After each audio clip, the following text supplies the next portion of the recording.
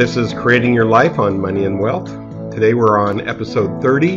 What is money really? So today we're going to start with something that gets into much more fun material, much more interesting material that will help you understand that language matters, the definition of words matter. One of the greatest tools of con artists is changing the language without you understanding how the language is changed. So today we're going to talk about what is money really. Money has four characteristics when it is in its best form. The first characteristic is that it functions as a unit of account. It allows the pricing of goods and services. Before, when we had trade, there could be, a bit of time and effort is taken to figure out how many fish should be traded for baskets or how many coconuts should be traded for blankets. Well, this way you can begin to establish relative value among different goods and services. If I'm going to do this work, how does that translate into fish, coconuts, or anything else? By pricing, suddenly you start alleviating some of that. And this goes directly into the next characteristic. It becomes a medium of exchange. Money makes trade much more easier and faster. So now that things are priced, now that relative values have been established, we can trade much more easily.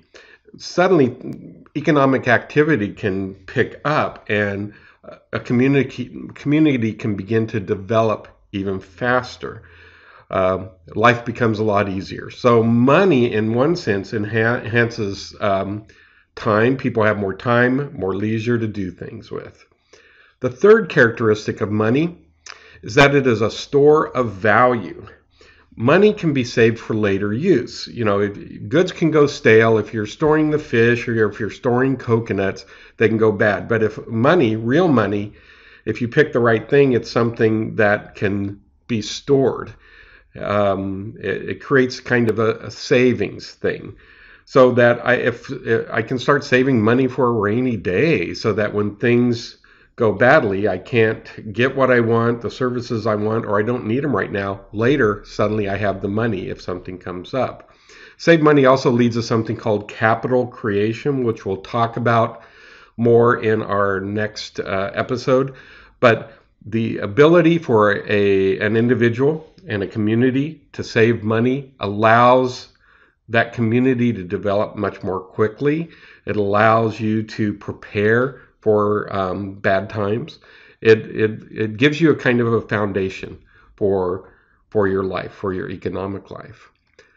Okay, the last characteristic is that money becomes a unit of deferred payment. What this means is a couple ways of looking at it. One, I can get goods and services now but pay later or on installments. Also, I can borrow money and pay back that money later. I can do this best if it preserves its value. The assumption, of course, is if I borrow some money of a particular value now, in 6 months or a year, what I pay back, it's the same value. If I'm a lender, I can loan money and assure that I get the same amount back plus a little service fee. When you hear things like inflation or when there's fraud involved in certain transactions, a money lender will start increasing the amount you pay back so that it can cover the inflation or other kinds of things that come up. So real money has all four of these conditions. It's a unit of account, a medium of exchange, a store of value, a unit of deferred payment. And the extent to which anything we call money starts falling short of being able to function in these four ways, that means that money is a problem. Now, traditionally, things like pins or salt and gold and silver, of course, have been used as money, anything of value, even spices. Different kinds of things that are valuable become a matter of trade, beads and such things.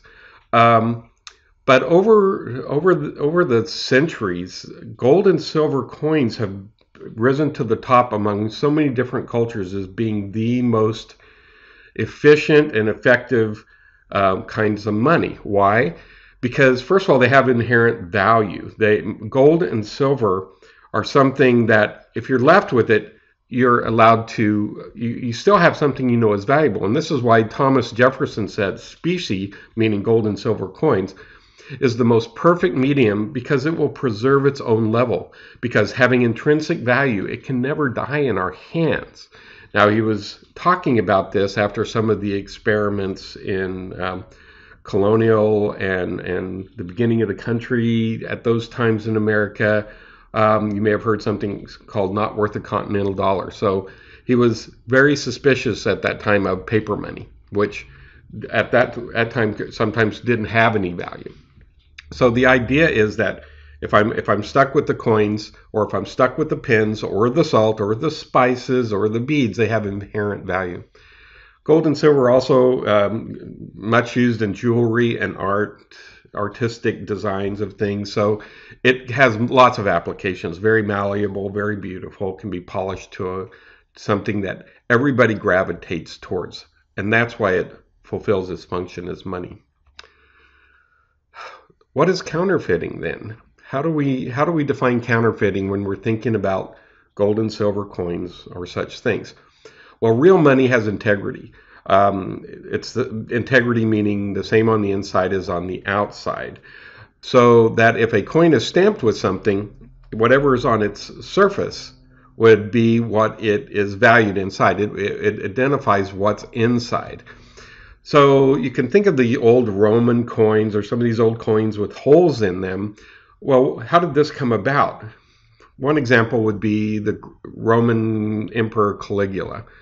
Caligula was someone who liked to have lots of parties, and he would spend lots of gold and silver. And when he was told the treasury was getting low, he would go out and tell his men, go out and start punching holes through all the gold coins in the realm.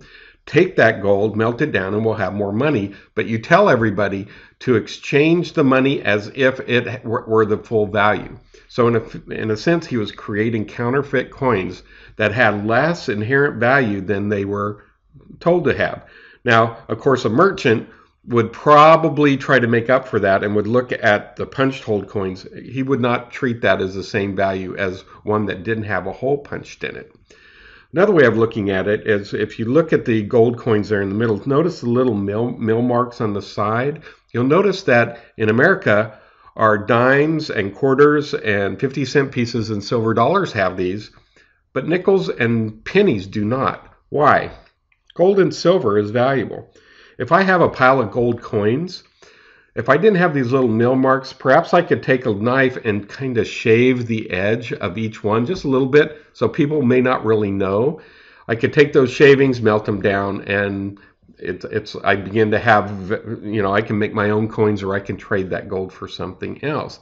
So shaved coins become counterfeit coins because they actually have less amount in them. They weigh less than the actual coins. Mill marks keep people from shaving them.